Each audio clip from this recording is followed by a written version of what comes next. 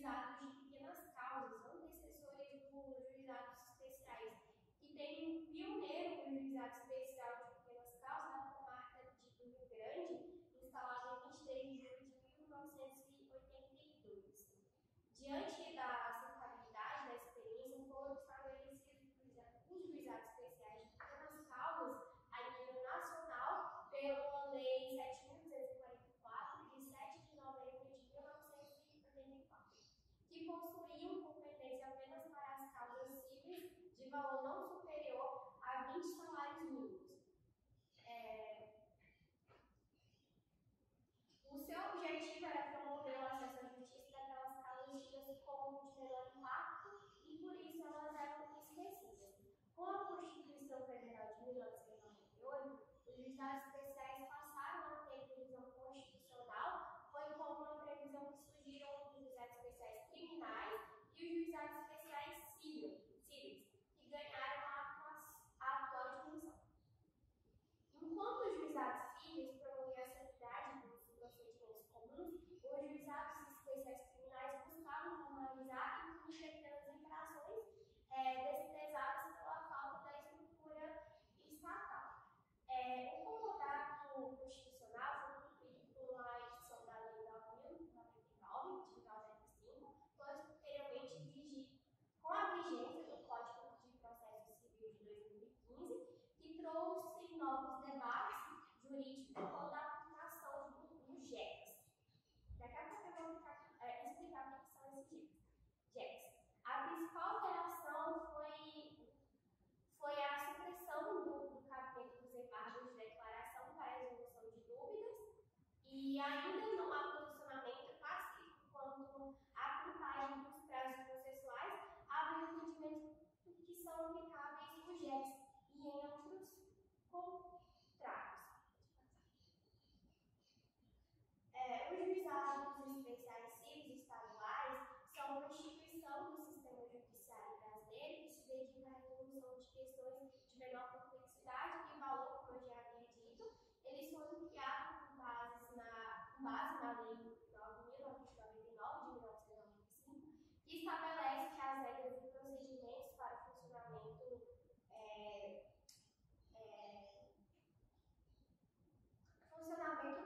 juizados fossem criados com o objetivo de proporcionar um acesso mais rápido, eficiente e econômico à justiça para as questões de menor complexidade, como, por exemplo, disputas de consumo, cobrança de dívidas, danos materiais de pequeno valor e entre outros. E os juizados, eles adotam procedimentos mais simplificados em comparação com o sistema judicial tradicional. Isso inclui a possibilidade de as partes representarem a si mesmas, dispensando a necessidade de um advogado e a redução da burocracia. Tem ênfase na conciliação, mediação, como meios alternativos de resolução de disputas. As partes são incentivadas a buscar acordos amigáveis, o que pode resultar em soluções mais rápidas e menos onerosas. Um pouquinho sobre a Lei 9.099 de 1995, que tem como objetivo ampliar o acesso à justiça, garantindo que um número maior de pessoas possa buscar soluções para suas questões legais, mais eficaz e acessível. E essa lei, ela dispõe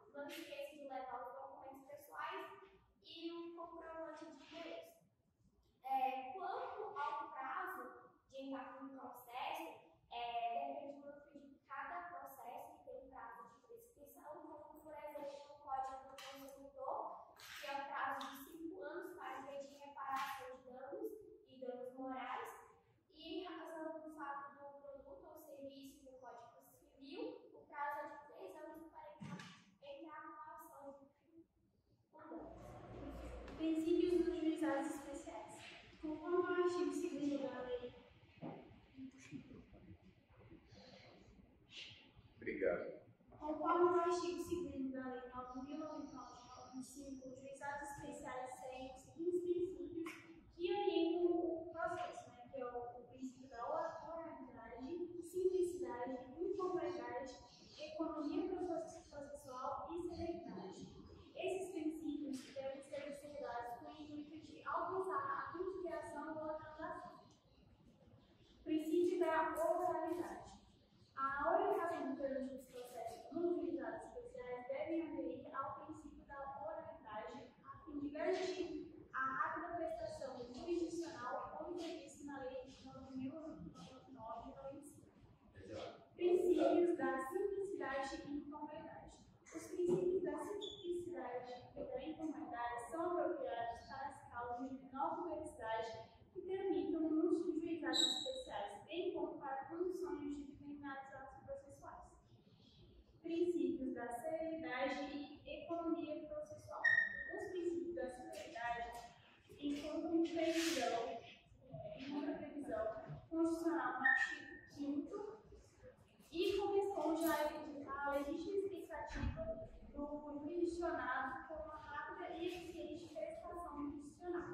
Na economia processual, busca-se obter o máximo rendimento por mínimo de gastos, como, por exemplo, dispensando a elaboração de um relatório simples. Os juizados especiais são muito importantes por várias razões. Primeiramente, eles tornam o acesso à justiça muito mais fácil. E o fato de não precisarem de advogados para representar acaba sendo um fator também muito determinante, porque diminui os custos que a pessoa teria nesse processo. Além disso, o fato de adotar um procedimento mais simples, igual a Amanda falou, torna mais compreensível para aquelas pessoas que não têm formação jurídica e não contratarem advogado possam participar efetivamente do processo.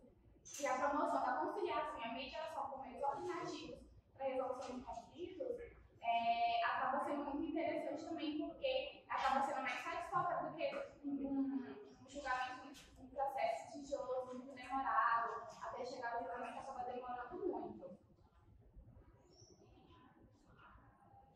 Apesar de ter muitos pontos positivos, a gente também tem algumas críticas a fazer em relação aos juizados especiais. O primeiro é em relação à sobrecarga dos juizados, porque apesar de ser da tendência dele do objetivo ser da celeridade para processos de pequenas causas, as pessoas acabam entrando com processos muitas vezes muito triviais, que poderiam ser resolvidos em uma conversa, com um diálogo, e acaba sobrecarregando demais os juizados. E a falta de conhecimento também jurídico das pessoas acaba interferindo, porque apesar de não necessariamente de um advogado, as pessoas não têm conhecimento jurídico suficiente para poder ter noção ali de qual acordo fazer com a outra parte.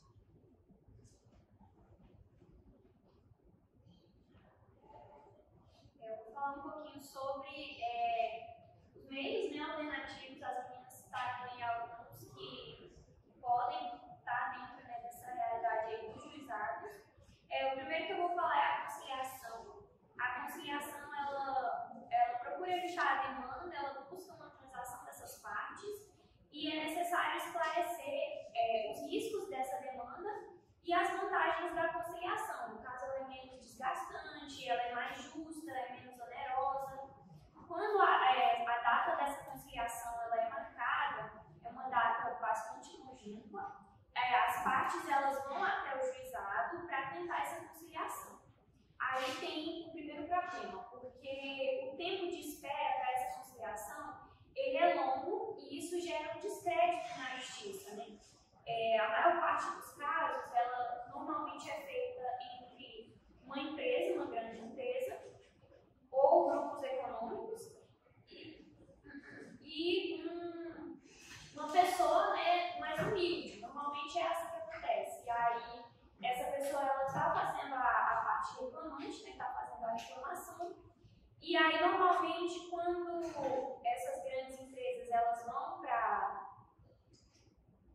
o juizado, né, para tentar essa conciliação, normalmente elas não têm autorização ou simplesmente não querem fazer esse acordo. E isso torna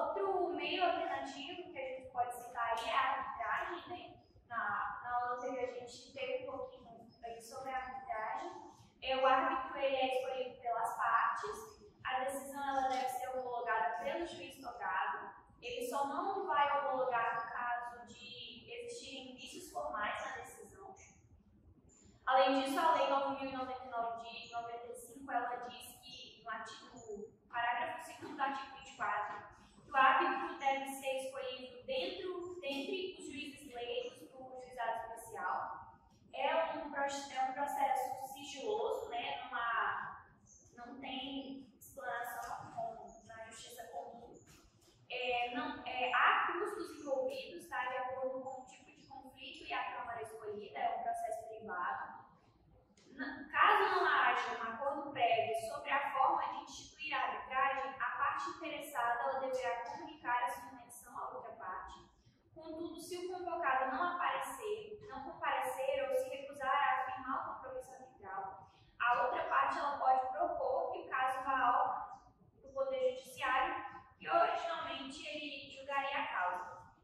Mesmo que haja uma cláusula compromissória no contrato, pode haver resistência para a instituição da arbitragem. Nesse caso, a parte interessada ela pode recorrer à citação da outra parte para comparecer em juízo. As câmaras de arbitragem elas têm competência para resolver diversas questões que envolvam direitos disponíveis. Isso inclui questões societárias, contratos de trabalho, disputas imobiliárias e outras passíveis de resolução com valores monetários. A arbitragem ela tem suas vantagens e desvantagens, né, assim por todos os meios. Ela é rápida na questão da tomada de decisão, não é cabível recursos diante de uma sentença arbitral. Os custos geralmente eles são inferiores, né, à questão quando levado, né, às ações judiciais.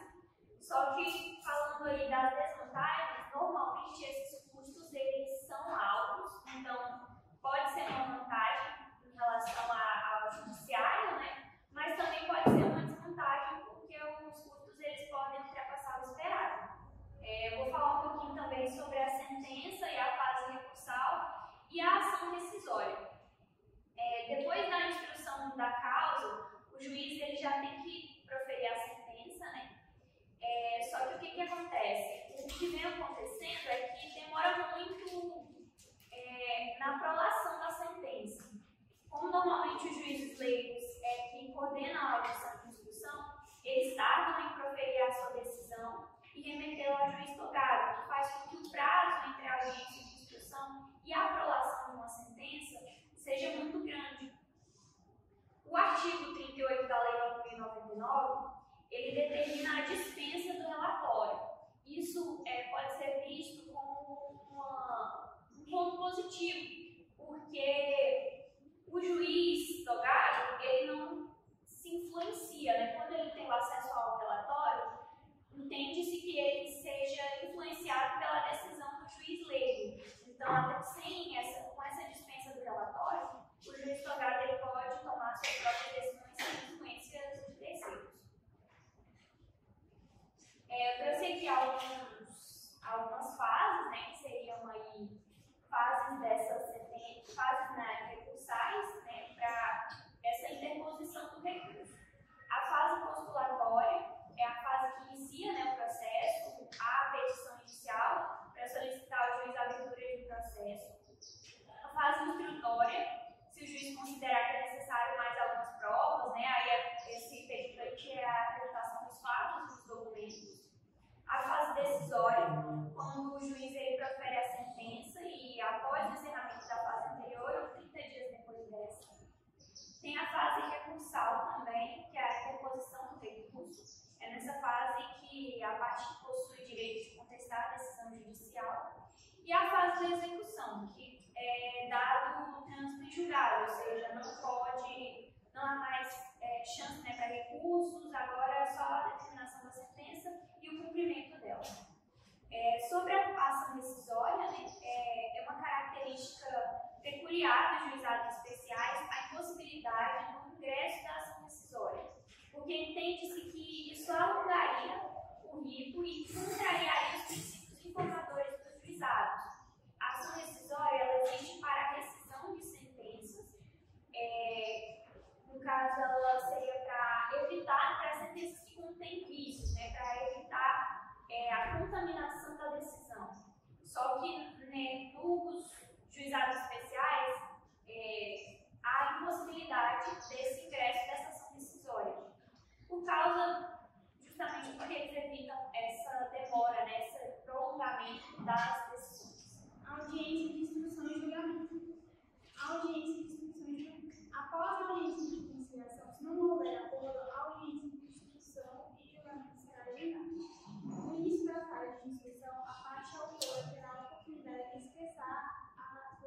considerações verbais sobre as questões de mérito, a contestação e os documentos apresentados pela parte demandada.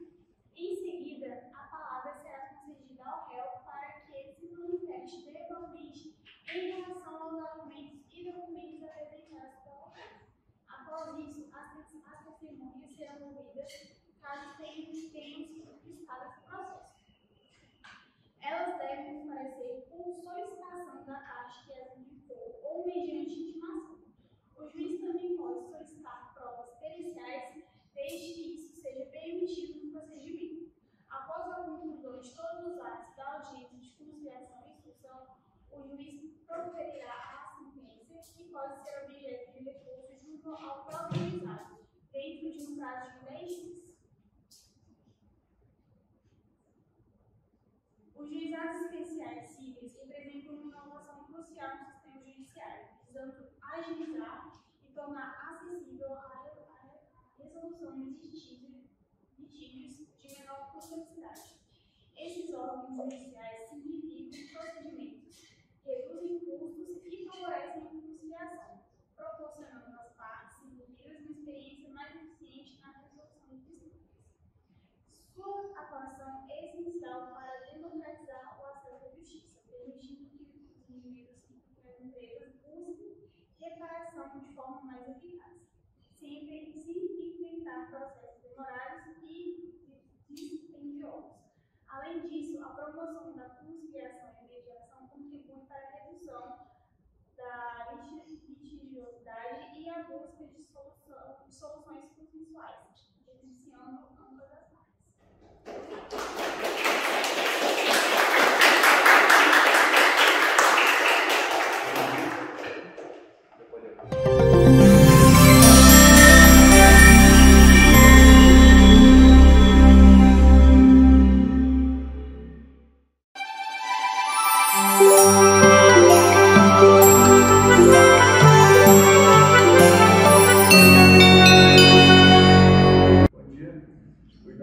Sobre análise crítica aos meios alternativos de resolução de conflitos. Bom, nossa perspectiva aqui é fazer uma análise geral dos meios extrajudiciais de resolução de litígios com foco no ordenamento jurídico da Europa e na América do Norte. Os meios alternativos de resolução de conflitos, sobretudo a conciliação, mediação e arbitragem, que são os que nós mais estudamos aqui, eles surgem na sociedade como meio mais rápido e sigiloso na resolução dos litígios. São uma alternativa ao processo judicial. Então, nós pegamos vários ordenamentos jurídicos na América do Norte, na Europa, fizemos uma análise desses modelos, análise histórica e análise baseada em artigos, notícias e da sociedade também. Vamos lá. Os meios alternativos, eles surgem como uma alternativa para reduzir o tempo, os custos e a burocracia. Então, dessa forma, a gente pode dizer que eles são um movimento natural de desformalização, que beneficia ambas as partes, pois reduz o gasto com as custas processuais, aumenta o tempo para se chegar numa solução, um acordo, e há um desenvolvimento do processo no sistema judiciário. Outra coisa que atrapalha muitas pessoas também a entrar em relações é a burocracia, a tecnicidade, que as pessoas, inclusive nós que somos operadores de direito, às vezes ficamos confusos com alguma lei, alguma burocracia, e isso atrapalha as pessoas também que não têm esse conhecimento. E muito menos o dinheiro para poder pagar um advogado, que é caro. Vou começar falando dos Estados Unidos da América. O nome que nós chamamos de meios alternativos de resolução de conflitos, lá se chama ADR, Alternative Dispute Resolution. Bom, os Estados Unidos ele é um país baseado na common law. O que significa isso? É um direito baseado nos costumes, que veio do direito anglo-saxônico, que é muito comum na Inglaterra também. Nessa modalidade de direito, as pessoas estão mais acostumadas a legislar, a jurisprudência está mais acostumada a usar os costumes como uma fonte importantíssima do direito. E agora falando sobre a história desse país, a Federação dos Estados Unidos, denominada centrípeta, na qual parte dos estados abriram mão de sua autonomia para formar um unificado governo americano, ainda assim há uma grande autonomia em cada estado, porque foi mais ou menos assim, os Estados Unidos foi colonizado também, e cada estado tinha a sua autonomia, tinha o seu comércio, né? Alguns praticavam tráficos no Caribe, na África. E aí o que aconteceu? eles queriam ficar independentes na Inglaterra. Então, houve a guerra da independência, a guerra da secessão entre os estados, e chegou a um certo ponto que eles concluíram assim, que é melhor abrir parte dessa autonomia para formar um governo central, um governo que vai se tornar unificado em questões envolvendo guerra, em questões envolvendo comércio exterior. Tanto é que até hoje lá nos Estados Unidos existe a Corte de Comércio Internacional, Comércio Exterior, mas por eles terem abrido mão dessa liberdade, ainda assim eles têm um pouco mais de autonomia do que a gente no Brasil. Então vamos lá, motivos para a grande prática dos meios alternativos lá. Bom, primeiro que essa maior liberdade dentro do sistema judiciário, que é a comunal, direito baseado nos costumes. Segundo motivo, esse país tornou-se um grande polo de novas ideias em marketing e essa onda passou para o direito também. Porque depois da Segunda Guerra Mundial, a Europa estava em crise e os Estados Unidos surgiram como um grande polo de ideias, de cultura, de capitalismo no geral, de produção de cultura de massa. E essa ideia passou para o direito também. Então, na década de 80, começaram a surgir muitas associações de arbitragem, de meios alternativos, e em 1998 surgiu a lei da ADR.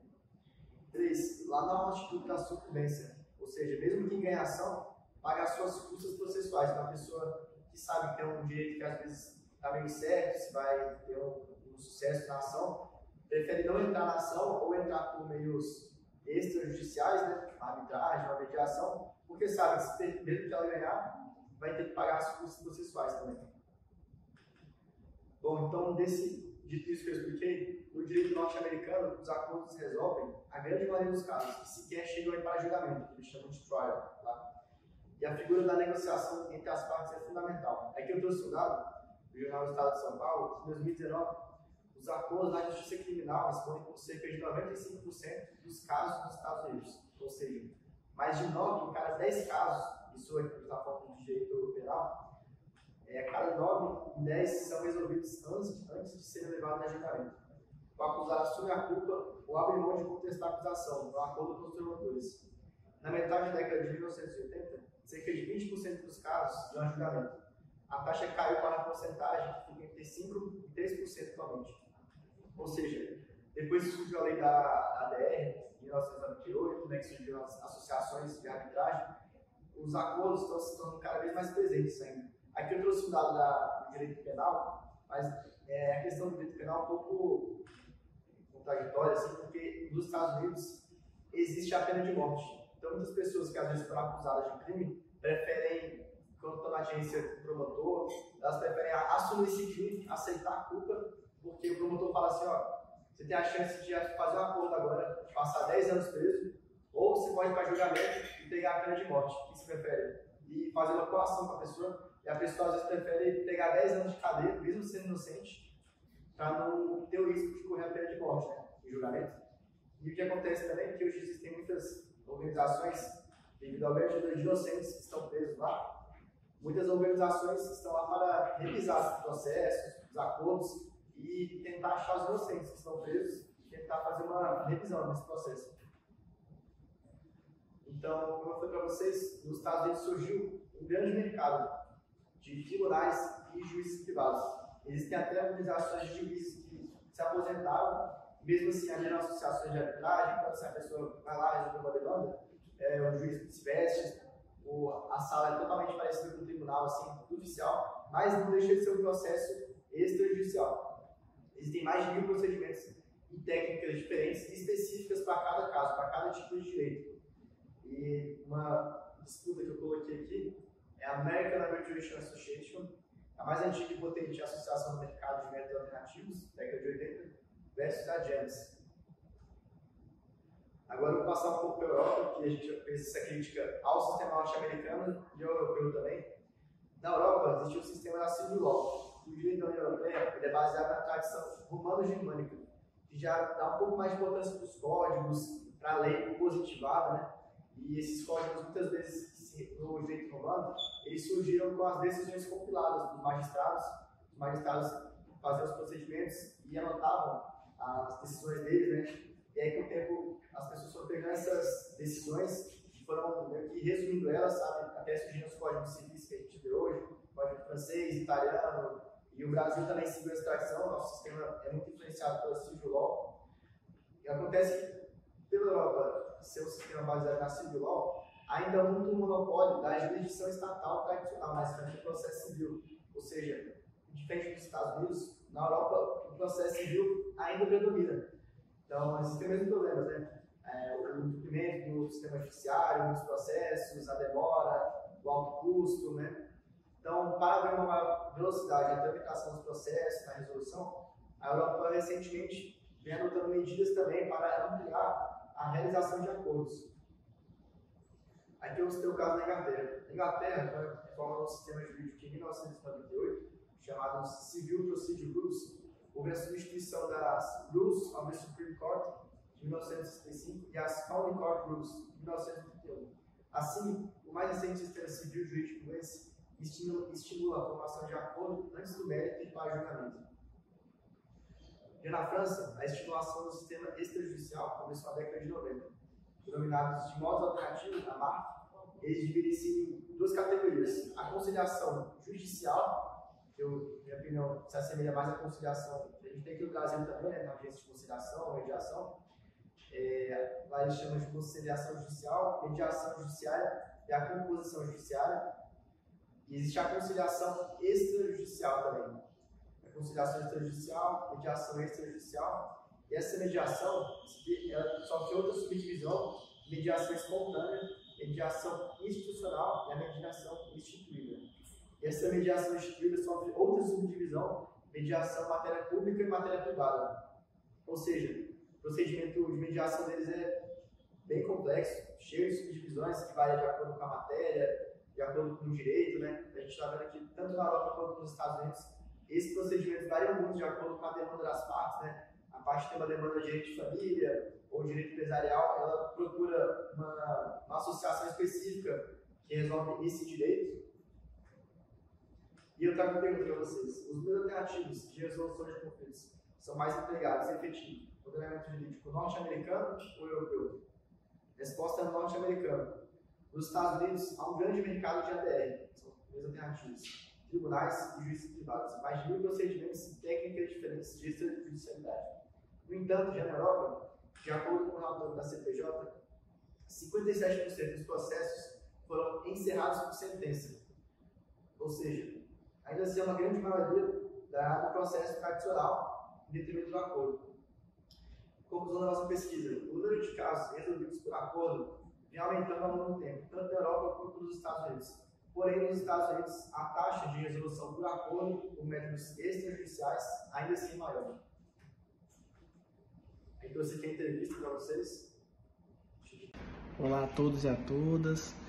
É com muito prazer que eu venho passar um pouco da minha experiência com relação a modos alternativos de resolução de conflitos. Antes de mais nada, me apresentar. Meu nome é Rodrigo do Vale Almeida. Eu sou advogado, eu sou egresso da Universidade Federal do Tocantins, sou especialista em Direito e Processo de Trabalho pela Universidade Federal do Tocantins, sou especialista em Direito Médico e da Saúde pelo Instituto Legale e fui, ao longo da minha vida profissional, atuei na conciliação da Justiça do Trabalho durante 2 anos. O meu trabalho de conclusão de curso, o meu artigo, ele foi exatamente sobre o impacto da criação do SEJUSC, da Justiça do Trabalho, daqui de Palmas, perante os resultados de conciliação. E eu venho trazer um pouco da minha visão prática dentro da advocacia e também dentro do tribunal, quando na minha atuação perante o SEJUSC. Primeiro, entender que os métodos alternativos de resolução de conflitos, eles vêm com uma proposta, com uma hermenêutica constitucional, uma hermenêutica agora muito voltada também do Código de Processo Civil, que tenta trazer uma cooperação entre as partes. E essa cooperação, ela vem muito em decorrência de algumas lacunas, de alguns defeitos que são, evidentemente, ocasionados por questões alheias ao processo, como, por exemplo, custas judiciais, como por exemplo a morosidade, o tempo, a demora do lapso temporal entre o ajuizamento e o final, o recebimento do crédito, por exemplo. Então, acaba que os modos alternativos de resolução de conflitos, eles acabam vindo para tentar preencher e acabar trazendo um sentimento de justiça um pouco mais eficiente. Isso parte de uma composição que pode ser feita através de um mediador, através de um conciliador, através de um juiz conciliador. E basicamente esse contexto ele é muito interessante porque, a depender do tipo de composição, você tem uma atuação mais prática, mais aprofundada de um terceiro, e outros você deixa as partes efetivamente livres para resolver o conflito. É lógico que existem áreas do direito onde é necessário que se tenha um terceiro, como por exemplo no caso da esfera criminal, na esfera trabalhista, que se enquadram como direito público e necessitam de um terceiro para intervir e aplicar aquilo que seria a justiça mais equitativa, aquilo que seria mais próximo do justo, para não acontecer nenhum tipo de injustiça social, como por exemplo na justiça do trabalho é plenamente possível um juiz não homologar um acordo quando ele encontra algum tipo de situação que ele encontra injustiça. Da mesma forma, o Ministério Público ele pode, em alguns casos, oferecer um acordo de não persecução penal quando se tem os requisitos cumpridos. E dentro dessa perspectiva, a gente tem uma redução muito grande, principalmente com relação ao andamento de processos que são resolvidos antes mesmo do seu trânsito em julgado, antes mesmo do seu trâmite instrutório, da produção de provas, enfim. E eu vou passar, ao final, uma experiência principalmente com relação àquela justiça que eu acho que é a justiça mais legal para se falar sobre conciliação, que é a justiça do trabalho, que dentro da minha compreensão, dentro da parte prática também, eu entendo como um modelo de justiça a ser seguido. Inclusive, o CPC ele pegou muito do que a CLT traz com relação à possibilidade de conciliação em todas as suas fases do processo, a cooperação, a celeridade, a eficiência. E dentro desse panótipo, a gente tenta entender um pouco de um dado que é muito interessante, que o próprio TST traz na sua revista anual, que dentro da Justiça do Trabalho nós temos um número de quase 30% dos processos, eles são resolvidos através de acordos.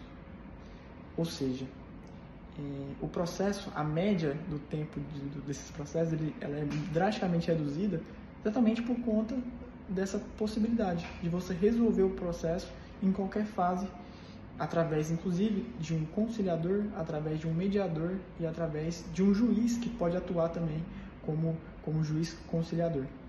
E, inclusive, é lógico que nós temos também outras figuras muito importantes para esse caminhar conciliatório, como, por exemplo, o sindicato, que atua nessa parte extrajudicial e também na parte judicial, dentro do contexto da justiça do trabalho.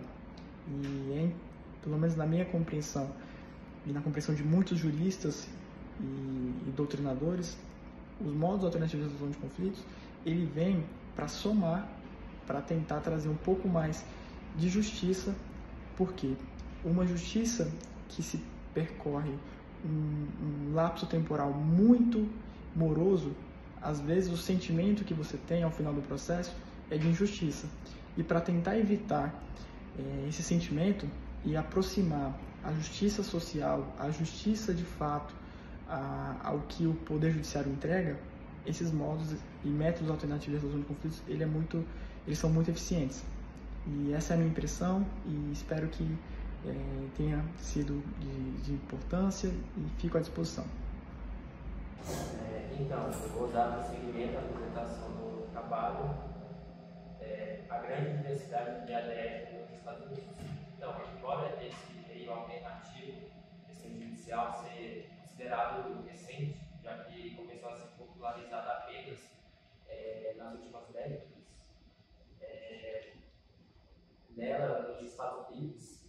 uma grande diversidade de meios alternativos, nas quais algumas estão citadas no slide, porém existem várias outras. É uma gama muito grande de meios alternativos. E a legislação permite com que os juizados federais e distritais possam fazer algumas pequenas modificações com o intuito de melhor adequar esses meios em relação à localidade em que esses meios estejam atuando.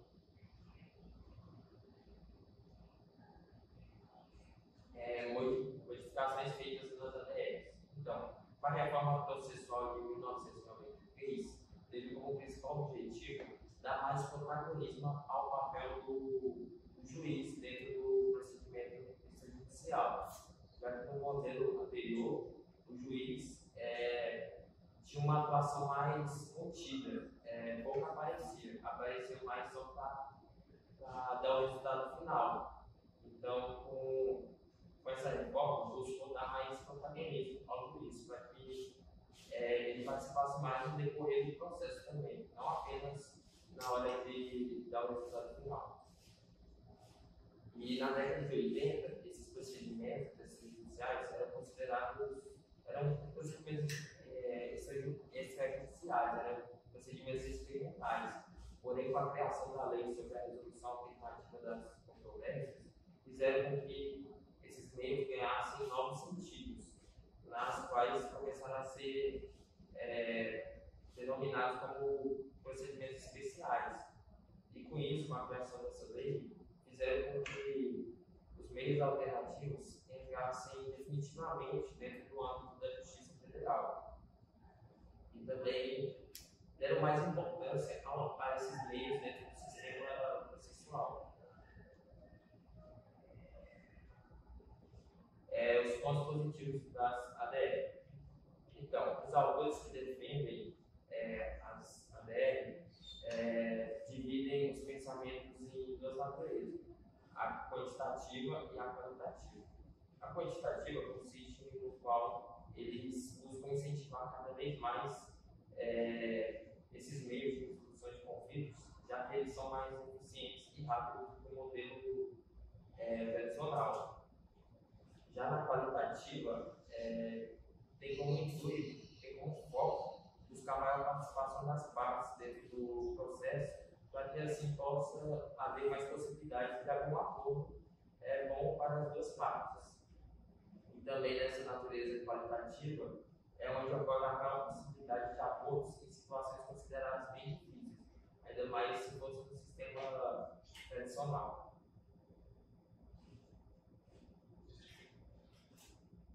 Críticas feitas às ADR. Então, alguns autores tratam essas críticas de forma mais cautelosa e moderada, porém tem outros que são mais céticos em suas críticas. Porém, a maioria, eles chegam a concordar que a resolução de conflitos por meios alternativos são eficazes, porém eles reiteram que o menor preparo técnico dos juízes há um aumento no risco de falta de garantias processuais. E em alguns casos também, em casos de ilícitos graves, a melhor opção é pelo processo formal, já que em algumas vezes, em algumas situações, uma das partes não vai se sentir satisfeita em ter apenas um acordo. Então, por conta da gravidade desse ilícito. Então, nessas situações, o mais recomendado é buscar o processo formal mesmo. Outro argumento também utilizado pelos críticos é que a conciliação pode ser prejudicial nos casos de controvérsias e também que os tribunais deveriam planejar e buscar implementar princípios relacionados à justiça e não incentivar as partes a buscarem um acordo qualquer com o objetivo apenas de bom fim radicativo. Outras críticas também feitas às ADR é que, por conta da falta de formalidades e também a ausência de garantias para a parte mais vulnerável do litígio, já que também o modelo tradicional garante a paridade de armas e garante uma certa segurança à parte mais vulnerável. Já no extrajudicial não existe a paridade de armas.